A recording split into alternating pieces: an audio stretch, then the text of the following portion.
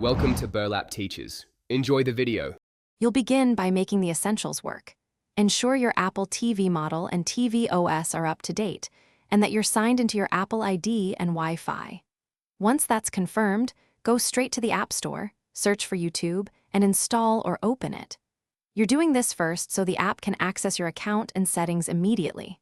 While the app downloads, prepare your iPhone or computer if you plan to cast or sign in using a code.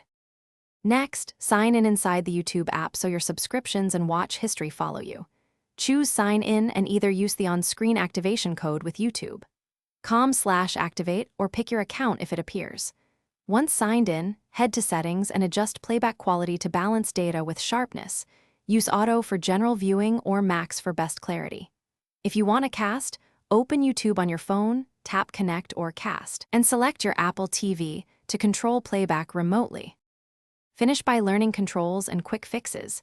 Use the Siri remote or voice search to find videos, press play, pause, and scrub with the touch surface, and switch accounts from settings. Make sure subtitles and alternate audio are enabled in the player if you need them. If something goes wrong, restart your Apple TV first. If that fails, delete and reinstall YouTube, and verify your network speed. These steps solve most issues and get you back to watching quickly. Thanks for watching. Consider subscribing if this video helped you.